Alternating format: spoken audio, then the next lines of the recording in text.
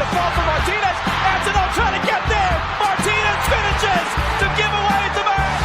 It's an absolute peach from the Paraguayan Miguel Almiron. Atlanta United, in just their second year of existence, have won MLS Cup. Ojo con la Alto wins! Comes without a warning. I'm making honest mistakes.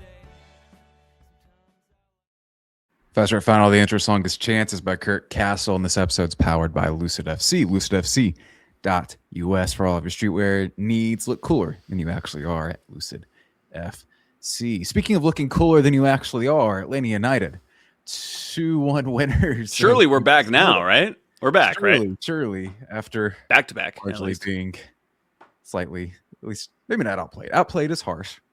Were they the better team? No, not really. Not really. Thankfully, Minnesota also can't score. So Thankfully, that Minnesota helps. is somehow worse than Atlanta United at scoring. Atlanta United 23 goals on the season. Minnesota United with 22. So in their faces, that was a rough watch, man. It was not Yeah. an exhilarating game from start to finish. There were some good moments, of course, but it took a while for that one to get a full head of steam. And again, I feel very similar to how I feel after the Red Bulls game, when you are doing base level competency things throughout the game and you don't have disastrous moments that shoot yourself in the foot, although they tried.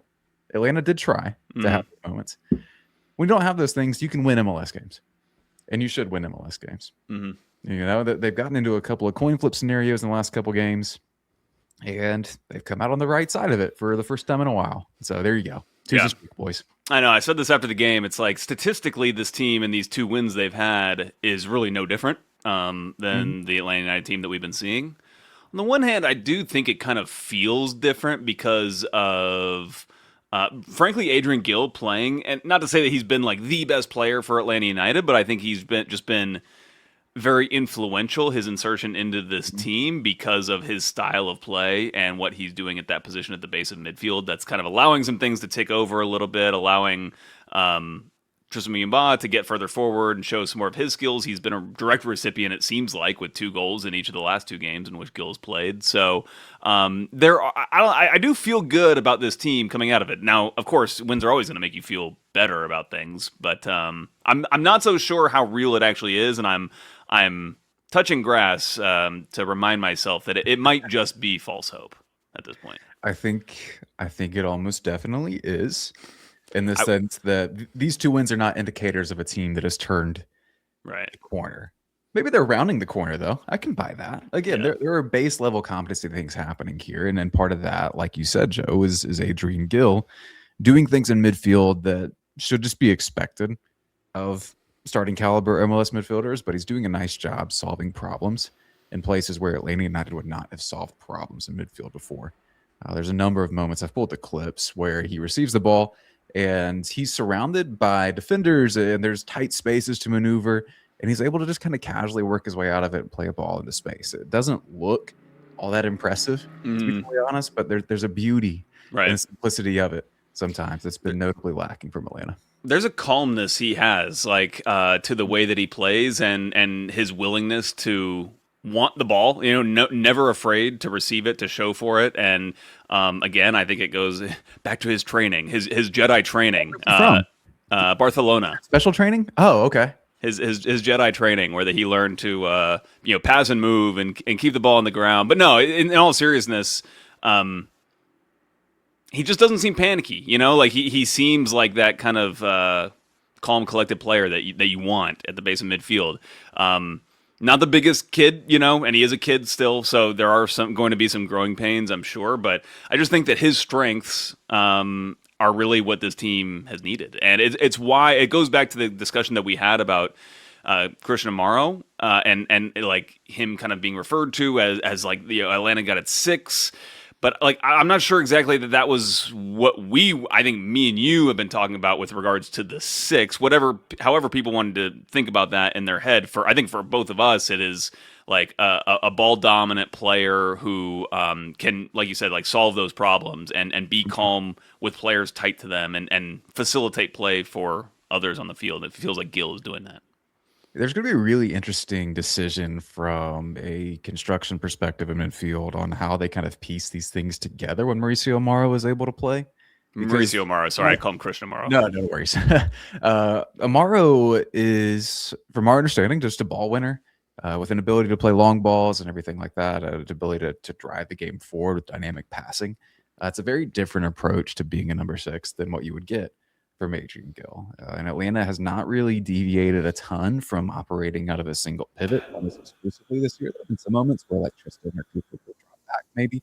Maybe even Will Riley will drop back at times as well. But pretty exclusively a single pivot. So they'll have some choices to make there on where you want to put Adrian Gill, where you want to put Mauricio Amaro, and how you let them operate within that system. I'm really curious to see what they decide. My theory here, Joe, is that Gill would be the more likely player to take over as the kind of single pivot number 6 rather than Amaro. If you put Amaro forward a little bit, you can let him push forward, let him rest. Hold on.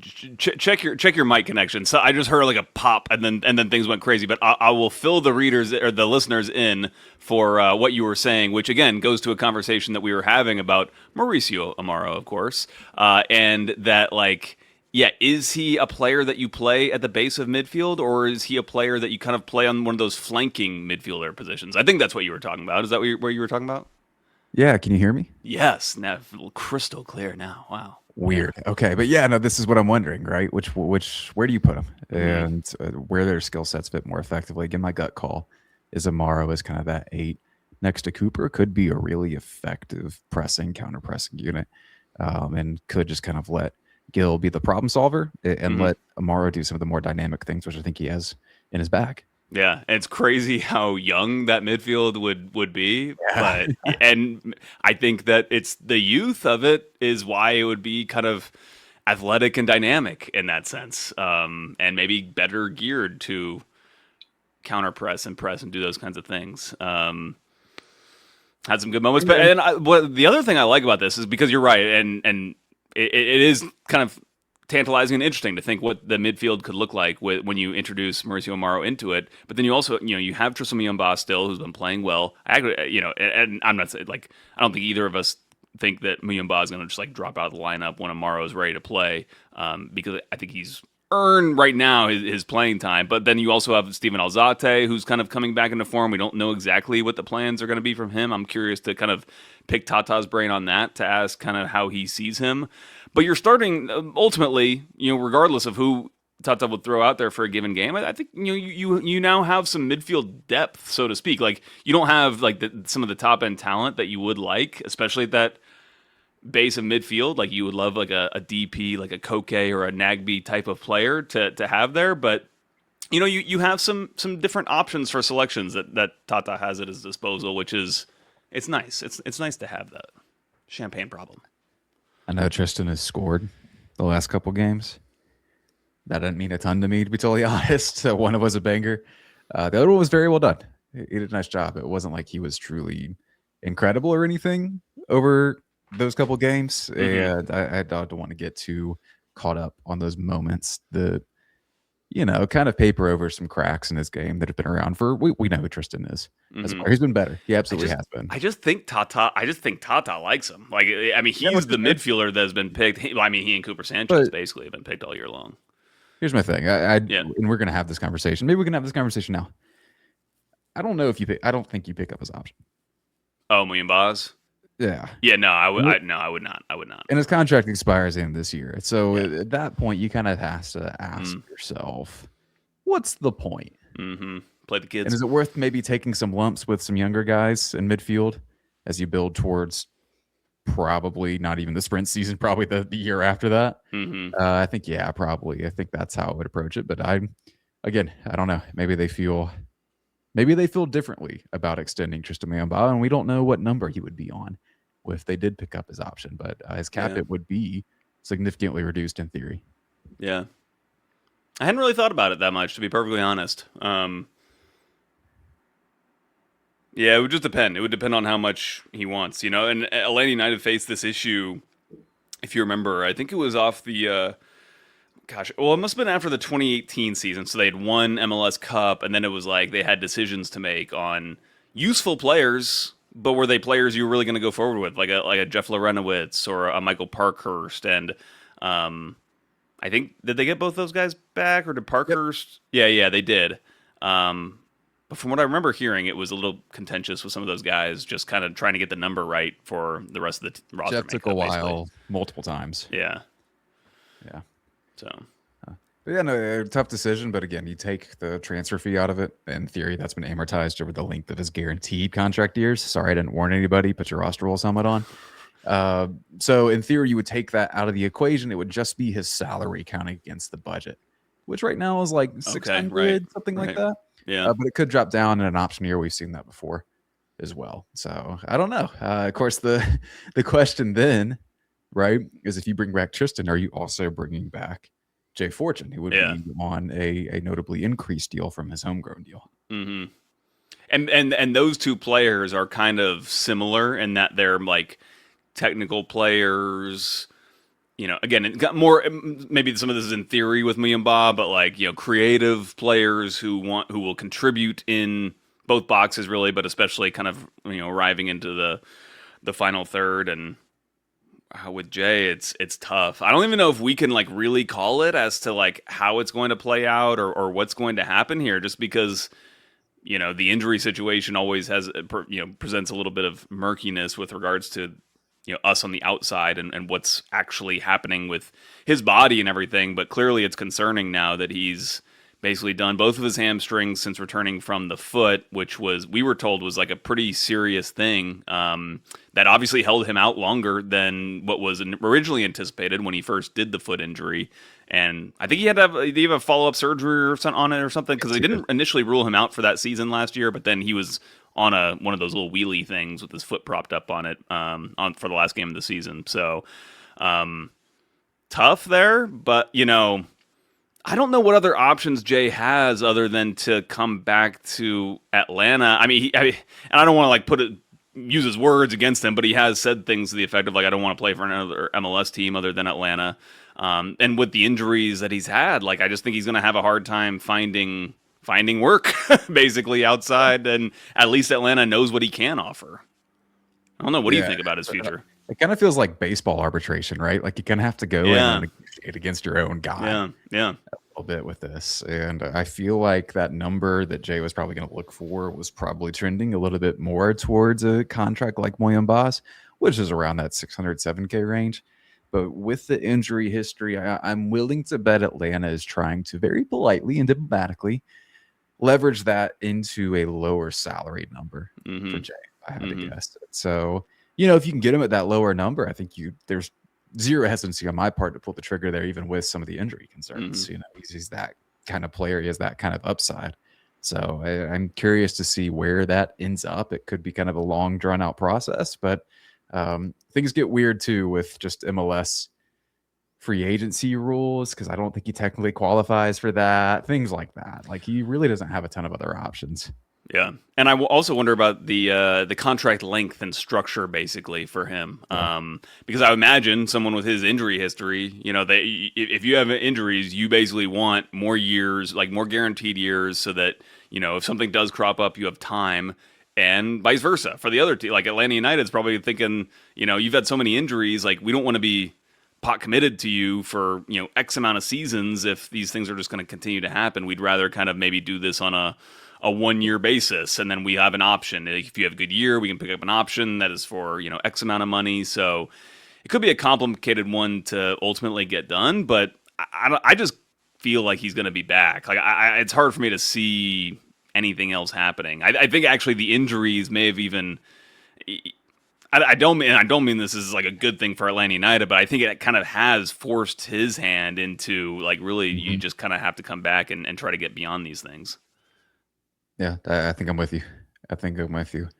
Elsewhere on the pitch in this one, Joe, I thought the back line held up pretty well against Minnesota's very cross-heavy approach to things. The XG ended up for Minnesota around 2.0, but the large majority of that came on what ended up being like a 0.99 XG chance on the set piece goal, because it's obviously just a header from 0 yards away into the back of the net. So that was a big chunk of their XG from open play. Atlanta actually won the XG battle, if you care about such things, even though they only created like 0.83 XG. But anyway, I thought the backline in general held up well. Steven Gregerson, man, really solid game on rewatch defensively. The numbers back that up. And then Junior Alonso, like, again, there are some concerns there defensively. I haven't seen him caught out, excuse me, on a counterattack yet. I haven't seen him caught out in space. Has he been this kind of stalwart monster back there? No, but he's been effective enough defensively. And his passing is a genuine bonus, a genuine force multiplier for the team. There were a few moments in this game where he was excellent on the ball and able to break lines, and it led to real chances for Atlanta United. And you're kind of starting to see with him and with Gill and a few other folks, you're starting to see like the foundational bones of a solid possession-based team. And that's encouraging to me. Yeah, totally. And I said this on Twitter last night. I hold my hands up as saying that, I was one that didn't think Junior Alonso would be as impactful to the team as he has been. And I put it down to the passing, the on-ball ability that he's shown. I think that he has opened up some opportunities for some players just with the angles that he finds with some of these balls. It's not just the possession stuff that happens, with the other defenders and midfielders around him in his own third, but it's also, finding a player further upfield, a Miguel Almiron in that left channel or a Fafa Pico in that left channel that can really kind of like bypass lines basically and make the game way, way easier. So yeah, he's been important for this team since he's come in, and I think the team has stabilized a little bit, with his introduction. It wasn't immediate, but I think that, as we see more of him, and I think with Paulo Diaz also coming into the team, I think he's going to add something, again, kind of to the point we were making about the midfield, just like adding a level of competition. You don't necessarily want to have like a surplus of players at center back necessarily, especially like high paying ones, which Atlanta United still has. And I'm sure that that's probably something that they're going to be looking at in this window. But it's nice to see some of these players who are coming into the team, I think, performing and just clearly adding something that is helping the team in areas where they previously struggled.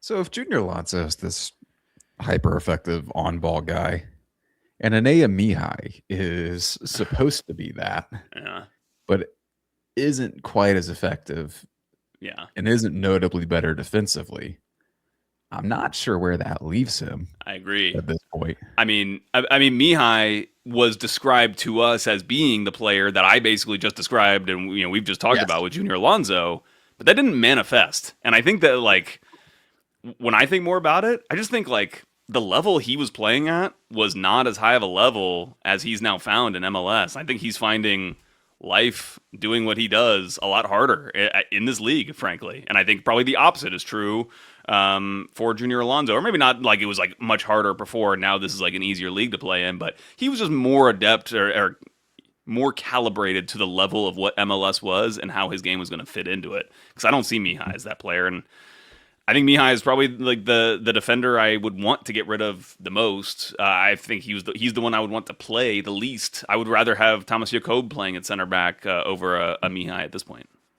I think that's fair.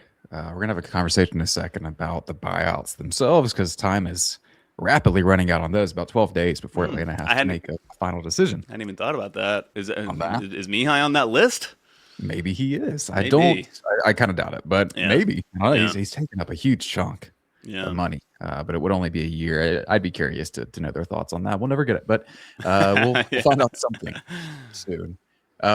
Anyway, back to Alonso, man. I just hand up. I mean, I think so far Chris Henderson has been correct in his public assessment of what he brings to the team, especially in those moments where Chris was talking about his effectiveness in possession and attacking phases. And sometimes you don't really think about that with center backs, of course, but it's not just in build-up with Alonso. It's these moments where they're cycling the ball in an attacking possession phase and trying to work the ball into the penalty area, into the final third, things like that. He has some passes. He has a pass in this game.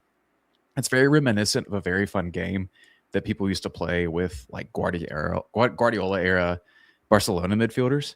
Of where is this pass about to go? And you freeze frame it and try to pick it out and can't really see where it's going to end up.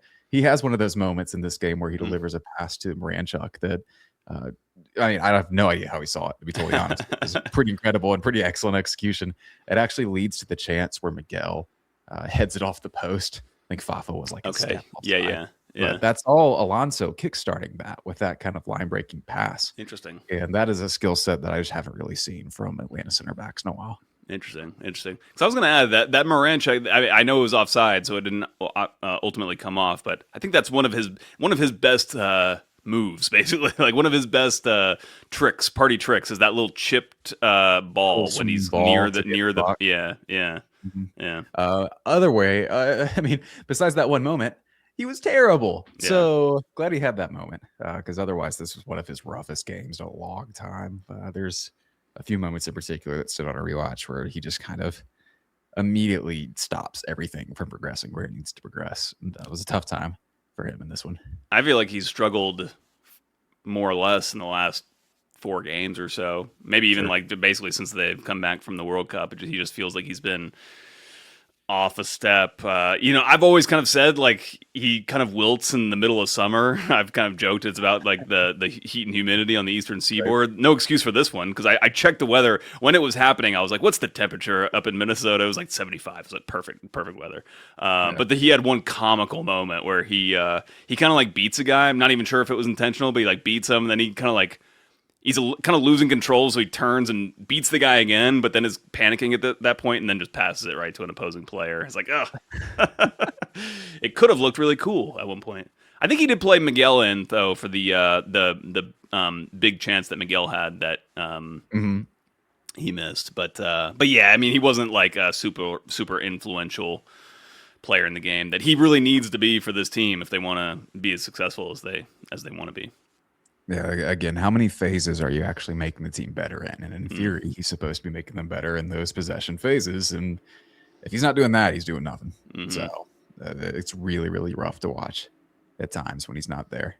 Not a buyout candidate, I don't think. But again, Atlanta United is running out of time to use these things. Moranchuk, you're talking about not a buyout candidate? Yes. He's only not a buyout candidate because I think he's sellable. Like you can just sell him, and that's probably what the team should be going for. Again, maybe he doesn't want to leave. It sounds like he doesn't want to leave in that interview that he did, but I mean, that's the reason why you wouldn't buy him out, is just because you can get rid of him otherwise, kind of like with Latte Lot. Again, though, Atlanta running out of time. Window closes September 2nd. We haven't really heard anything. We may not hear anything till September 1st. Steven Alzate got in this game. Definitely a buyout. Good chunk. Got a full half hour in or so? Yeah, something like that. And nearly ruined everything, but somehow turned that into a moment where Atlanta scores their second goal. Going back and looking at this back pass he plays to Lucas Oshos, it is hilarious because it looks, when you freeze it, it looks like a player playing a through ball to a Minnesota United player, to the point where Steven Gregerson even has his hand up, which I'm sure he was calling for a pass, but it looks like he is trying to say that this Minnesota player is offside. And very well could have ended a disaster, but Oshos is aware of this at the very least. And then Alzate plays a nice little chipped pass right after that to kick things off in that little nice stretch where Atlanta is finally able to score. But not a highly productive game from him. And even in the 30-minute cameo, I still feel like he's the primary candidate for a buyout. Yeah, I agree. I mean, he had some high moments. I was kind of joking in the Discord, like trying to like hype him up, like he's playing really great and everything, because that would help somehow them find a move for him. And I do think, I mean, like Atlanta United fans should be rooting for him to succeed, not only because if he's on the field, it will be helping the team, but the better he plays, the easier a chance will be to move him on. But I just say that because it just doesn't feel like there's a natural fit for him in this team right now. I think if there was one, it would be at that position that we've talked about with Adrian Gill. But I think that if he were that guy, then he would be playing there right now, and he's not. And I think that some of the things like you mentioned, like that back pass, for example, he's just not as like kind of calm and calming to the team. Too calm. Yeah.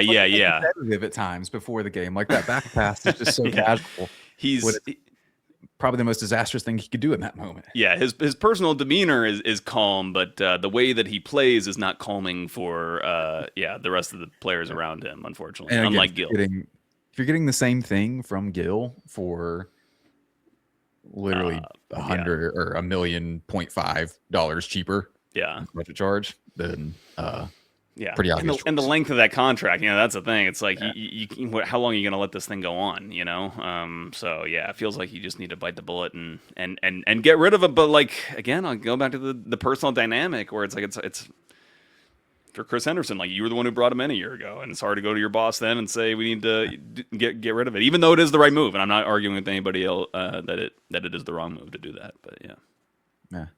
Atlanta also running out of time to bring in Breel Embolo. But what a week it's been. Joe Patrick. Yeah. My gut here tells me that this will get done. As my gut, I'm not reporting anything. You just kind of hear whispers around places, and in general, it seems like this is trending towards getting done. I think the Ipswich thing got overblown just a little bit. And while there may have been some snags here and there with the negotiations, I still think this is on track. As of now, that could change in an hour. It's 4:30 on Thursday. That could change in an hour, but for now, I think this is heading still in the right direction. I agree, especially because the rumor or the reports, I guess we can say, of Embolo, denying the contract and wanting to go to Ipswich Town. Like nothing has come of that since it kind of broke, and no reporters, even especially the Ipswich reporters, have not really been able to corroborate that. In fact, one of them basically denied it and said that there's been no new talks between the two parties, pretty much denying the L'Equipe, is that how you pronounce it? The report that came out saying the other. So I do think it gets done too, and I'm not arguing that something may have happened this week that's going to make it a little bit pricier on Atlanta United potentially with regards to the contract or whatnot. But it would be so embarrassing for the team to not get it done after it was kind of not even just rumored, but you even had personnel from the club kind of talking about it, not by name. No, directly by name. Oh, was it by name? Okay. Well, I guess they were kind of and said, "Hey, yeah, this is close." Yeah. So if it did not happen, that would be rough. But maybe this was just kind of a last minute little agent drop to a buddy in France to say, "Hey, what if we bump this price up just a little?" You kind of have to wonder. But squeeze that juice, get a little bit more juice out of that lemon. Yeah, exactly. But we'll hopefully have an update on that soon. May not be by the end of the week, but I think soon. Tom will have something soon, I'm sure. I think so. Yeah, and specifically the fact that Tom didn't kind of come back, because he has reported that it was close. Basically, there's an agreement in principle, et cetera, et cetera. And then after the little keep report, Tom has not come back and said anything. And I trust Tom. If I feel like if there was something legitimate there, Tom would have kind of surfaced that by now. So I'm with you. All right, Joe. Anything else to add from this one before we move on to the questions? No, I think we can get it in the mailbag. All righty.